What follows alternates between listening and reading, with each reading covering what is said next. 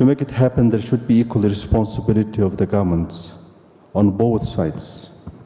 Either this government is from the developed world or from a developing world. That's why I think that good governance means also to be responsible and accountable government. I think there was a lot of attempts to bring together, in terms of time, all countries to the 21st century. A very clear example of this is launching Millennium Development Goals initiated by the United Nations. I think it's a real attempt to make countries live at the same age in terms of development and good governance.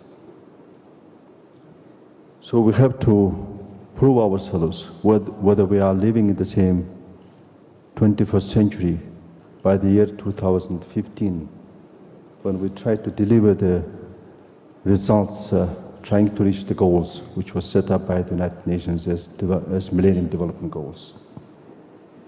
In this sense, it could be interesting to try to define the political and socio-economic criteria of the 21st century, and based on these criteria, build up a better world and try to find better governance. Well, Mongolia is one of those so-called small countries, although it has got long and rich history. And this is a nation which tries to become a 21st century country.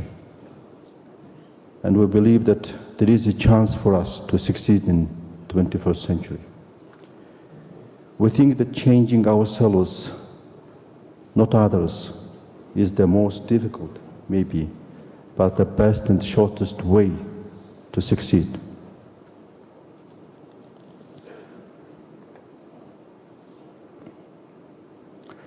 As I have said yesterday at the luncheon, small countries cannot afford of having costly governments, inefficient governments, although in many cases they do have them. Small countries cannot afford of having problems with other countries, including their immediate neighbors. It is also very costly. However, in today's globalized world with its complicated communications network, active political, economic, social, and cultural interactions, trade relations, so-called other countries could also be considered as neighbors. For Mongolia, Russia, and China are the immediate neighbors, and we do enjoy good and close cooperation with both of them. At the same time, Japan is the biggest donor country for Mongolia. The US is the main supporter of the transition towards democracy and market economy. Korea is the biggest labor market. India is a spiritual neighbor. Europe is another big supporter of its transformation and supplier of educational facilities. As I have said yesterday, we think, and I think, that small countries have better chances for development in the more complicated world. In a very simple world, only few make decisions, and others just have to follow, as it was the case during the Cold War period. The interests of small countries are quite often, unfortunately, overlooked by the world community. And I would like to say that small countries are the ones where it is easy to start changes and difficult to stop them if they have become democracies. In small countries, stronger leaders sometimes often replace institutions. But I think that strong rule of law is better than strong leaders in all countries, irrespective of their sizes. It is especially true for small countries.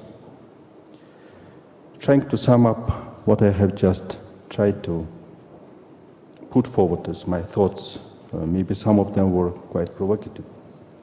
I would like to say that, again, today's world is a more complicated one. But fortunately, there are chances of success for any country once they start changing themselves. Good government should be an efficient one. And the efficient government is the government with enough skills to prevent crises rather than try to solve those crises after those crises have become disastrous.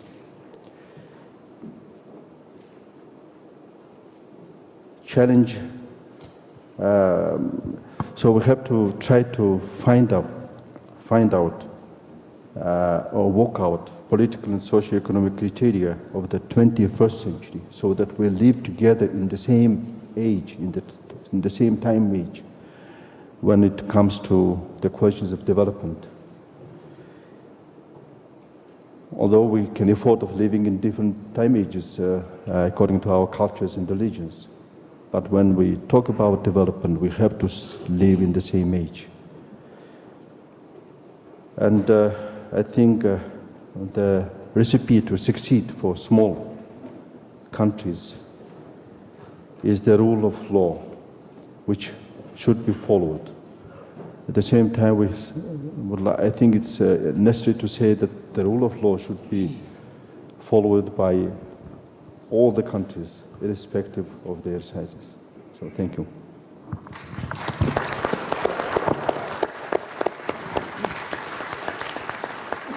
Mr.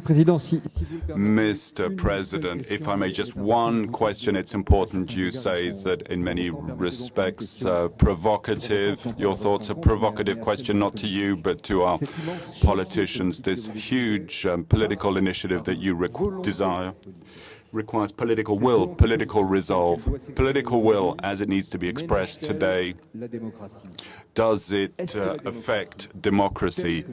Can democracy, as we've always known it thus far, can democracy continue in this new global landscape, continue to exist, or is democracy in a certain way, as it has existed thus far, is it doomed?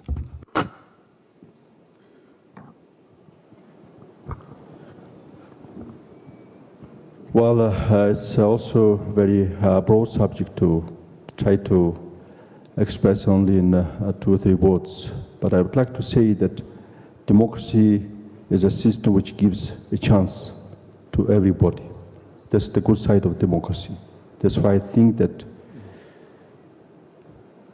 being a democracy and having that good chance to succeed, every country should capitalize on this chance to take advantage of being a democracy and trying to find solution to whatever difficulties or crises we have. It's difficult to say that, it's difficult to presume that the human history will be without problems or crises. Other systems fail to solve problems and crises. But we have to hope, and we hope that democracy is the system which finds maybe sometimes a very long way out of the crisis. But there is a way out of the crisis when there is a chance and chance is given by democracy.